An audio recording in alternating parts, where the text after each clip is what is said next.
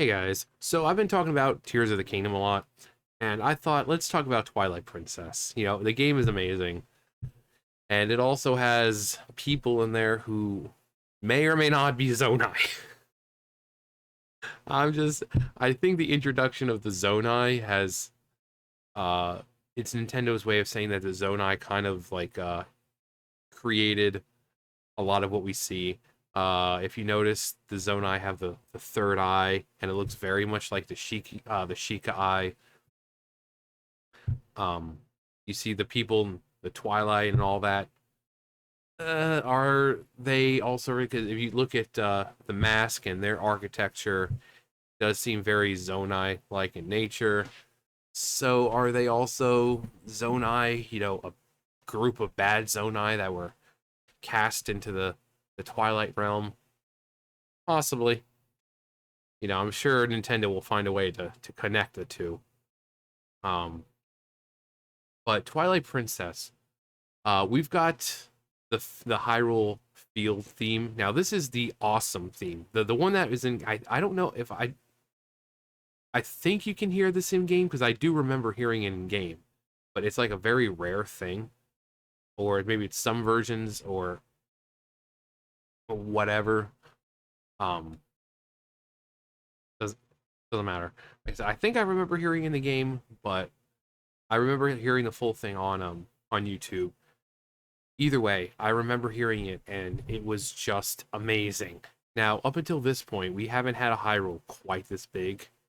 Um, Twilight Princess Hyrule is, well, it was the biggest Hyrule we've ever gotten to explore. And nowadays, it's, Breath of the Wild, Tears of the Kingdom. But up back in here, 2006, when the game came out and we got to step out into Hyrule Field for the first time, different pathways you can take to get there. It was like a classic Zelda where you could be walking on a pathway and see a wall that you can bomb, and that leads to like a cave or a puzzle system, or a cave system or a puzzle, and not just like a cave, but like a very long cave that had branching pathways, and some might lead to a dead end. Some, the main path would lead to like treasure. It was so good. Um, and the music, because I've talked about the Zelda music before. I've talked about Ocarina of Time music, and I've talked about uh, Majora's Mask and how the music. It's it's to make you feel something. It sets up the area or what you're about to experience. Like I say in Ocarina of Time, so if we're talking about Hyrule Field in this case,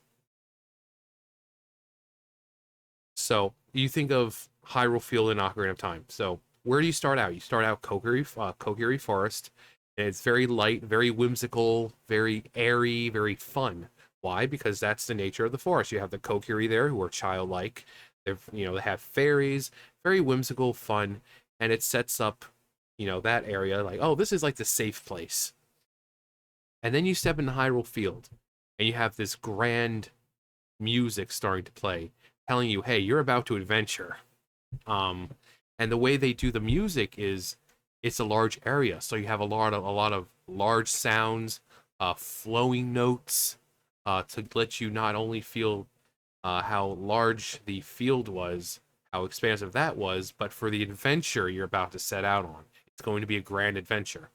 So I think when it comes to Hyrule Fields, uh, it's important to have that kind of music, very large, very grand, different. You have your wind notes, you know, like the air passing through, the large booming, because it's an open area. Um, but this one, I think that by far, of all the Hyrule Field music themes, this is the best, hands down, the best. Um, it's good, but once it gets up to about like 40 to 43 seconds, it's it's really good. So I'm about to play part of it. Keep that in mind that the first time you stepped into Hyrule Field in Twilight Princess, or if you haven't, put yourself in that position as if it was like you doing it. So this part, the first part, it's really good. But then, like I said, around 42 seconds, it hits you. So it's really good. So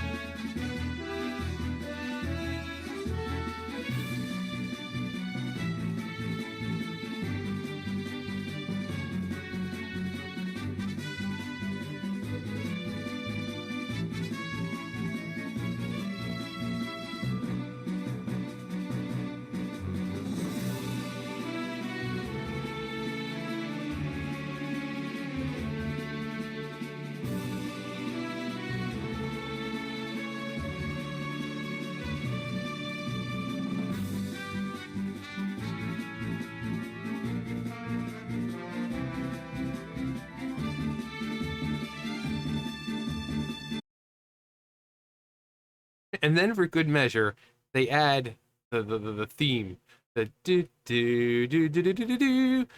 It's so good, and you can hear what I was talking about. How if you stepped into if you played Twilight Princess and you know how big Hyrule Field is, that orchestrated version encompasses everything of what the game is supposed to represent. It encompasses how large the field is. Um, it's just so good, and with people, they all come together and all agree that the Zelda music is always on point. Like you can think, oh, well, the game's not that good, but the music is always good. The music is amazing. Um, but that orchestrated version, right? At 42 seconds, I mean, how grand it is and loud and expansive. It tells you, yeah, this is a bigger adventure than what you've had. The world you're, adventuring through is bigger than you've experienced before. Um, and you're just gonna have a grand old time. It's an adventure of epic proportions here. And it kind of gives you the idea of what awaits you in the field itself. Like I said, Twilight Princess, you're like, oh hey, look, there's bombable rocks over there, and then it leads to a puzzle, or the notorious cave system in Lake Hylia, where that thing takes forever to get through. There's like you go in and there's like different paths you can go down. You bomb one wall and maybe just be a treasure chest. You bomb another wall, you can go that way. But oh no, you can go down a certain way and then now it's dead end. So you have to backtrack it. It takes so long, but it's rewarding. Um but it's Twilight Princess is definitely one of those games that are memorable. The story, the music, um, some of the biggest enemies we've had, or some of the coolest enemies we've had. We get to fight a freaking dragon, you know? I mean, we've had Volvagia and all that, but that was more like a serpentine type dragon. Here we get to fight a dragon, wings and everything. Arkarok. Um, we get freaking this epic fight with Ganondorf at the very end, and it goes all these different places or different phases. I mean, we start out Hyrule Castle, and we fight Puppet Zelda and Dark Beast Ganon, and then we move to horseback, and we're fighting him on horseback, which is amazing. And then we finally have the final battle with him in front of the castle, and it's just, well, not in front of the castle, but in the field, but you can see the castle. But it's so good, and the ending of the game, people were like, oh my god. So the music in games is everything. When you're having an adventure game like Zelda, you need music to represent what's going on. Ocarina of Time still, in my opinion, has some of the best music that does that.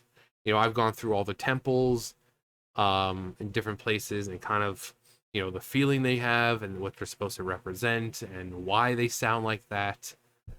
And it's just each place is on point. You know, even the water temple, as annoying as it is, the music is amazing. It's so subtle, but it's supposed to sound like water. It's supposed to be free flowing and very light, like flowing water. So you get a lot of like a dripping kind of dripping tones and sounds and um, stuff like that. Or the ice cavern, where the music itself sounds like forming ice, and it's so good. Zelda music is just so good. And Twilight Princess, actually, one of the other best ones. Actually, I'll play it right now. Hang on, let me pull it up. Okay, so it says Midna's Desperate Hour. It's actually called Midna's Lament. It's so good. Oh, good. Um, this is the, if I remember, is the music that's playing when Midna pretty much is exposed to light by Zant, and she's on your back as Wolf Link, and she's kind of like slumped over because she's basically dying. Um, so and you have to find a way to save her. So the first thing you do is like, let's go to Princess Zelda. Zelda should be able to help. And then the thing happens. You're like, oh my god, that hits. That hits hard. Um, but this is Midna's Lament, and again, the feeling, the message, everything that it's supposed to portray and give you that feeling of, it does it perfectly.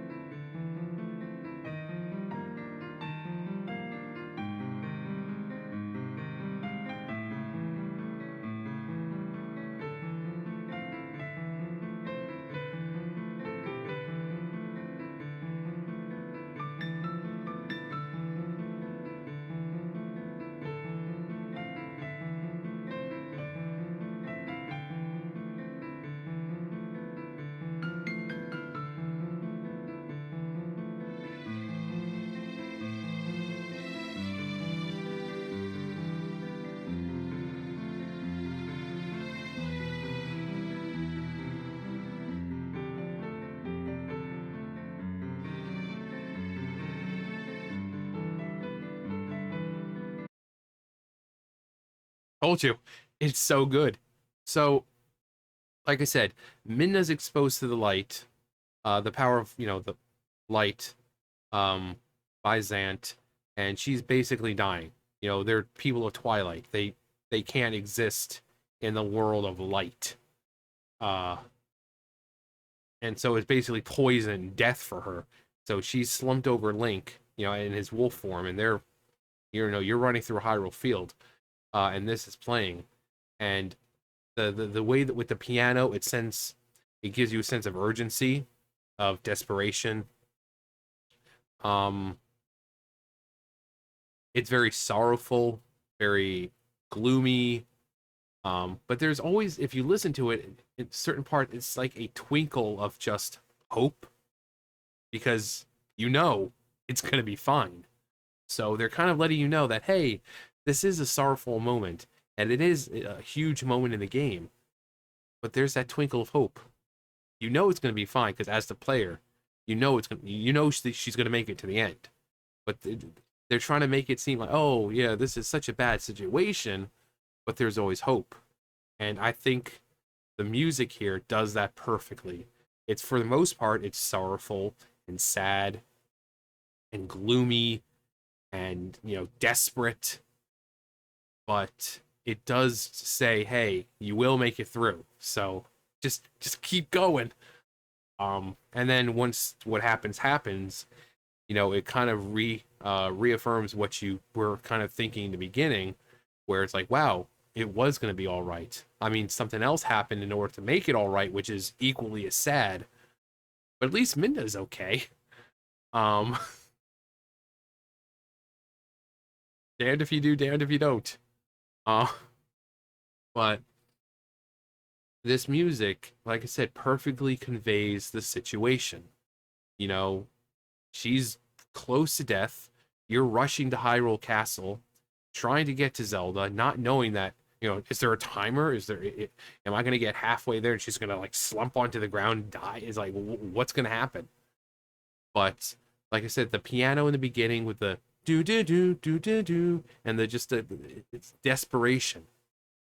Now I think because of the way the music is, they didn't want to make it too fast because if you want to portray desperation, you usually play a little faster, but I don't think that would have worked as well with this very slow, soft, sorrowful song. So to have that kind of awkward piano, like faster piano, but then the rest of it was kind of like slow, it doesn't portray the desperation as badly. As if it was that. So I think just the rapid notes still show the desperation. But again, if you listen to it and really, there's still that bit of hope in there, a bit that it's as gloomy as it looks, you know. But Twilight Princess is just, and again with the Hyrule theme, kind of like Kokiri Forest. You start out there; it's very fun, whimsical, airy because you're in a forest. Um, you start in Ordon Village, and same thing. You're freaking helping goats and stuff like that, and then you step into Hyrule Field. So you go from this safe haven, uh, with very, same thing, very flowy music, a lot of horns and stuff like that. You hear like the wind chimes, the little wooden wind chimes that they have, and stuff like that. And it's like, oh wow, this is a nice, safe little place to live. And then you step into Hyrule Field, um, for the first time. You're like, well, it's gonna be a grand adventure. So I think Nintendo, especially with Zelda games, it's like with Mario. It's like Mario does good at the music that is meant for that game. It's fun and this and that. Mario games aren't that deep in the end. They don't have some really deep story that makes you feel emotions. Zelda games make you feel things. They make you feel things. I know some Mario games have, but for the most part, they're meant to be fun, pick up, anyone can play, platformers, stuff like that. Zelda games are the adventure games, where you're exploring and getting items and this and that, and dungeons. So, Twilight Princess is definitely one of those games that took something that we had and expanded on it. It was like Ocarina of Time, but on steroids. We thought at the time in 1997, 1998, we thought Hyrule Field in Zelda in Ocarina of Time was huge. And this came and just blew that out of the water. You're like, oh yeah, remember that field, that little, that little cute little playground you guys called Hyrule Field in Ocarina of Time? Yeah, well, welcome to this Hyrule Field. Now you could say, oh, the biggest area so far up until this point was Wind Waker, but it was mostly ocean. Yeah, you can make a big ocean. There wasn't a whole lot in that ocean. There were islands, but it wasn't this huge mass to explore. Twilight Princess took Hyrule Field and made it a lot bigger, a lot more interactive. And they just, like I said, they were like, yeah, remember that little sandbox that you guys were playing in Ocarina of Time, that thing you call the field? Yeah, yeah, yeah. Well, here's the new Hyrule Field, bigger, better, revamped. Enjoy. And here's some awesome music to go along with it, just to set the mood.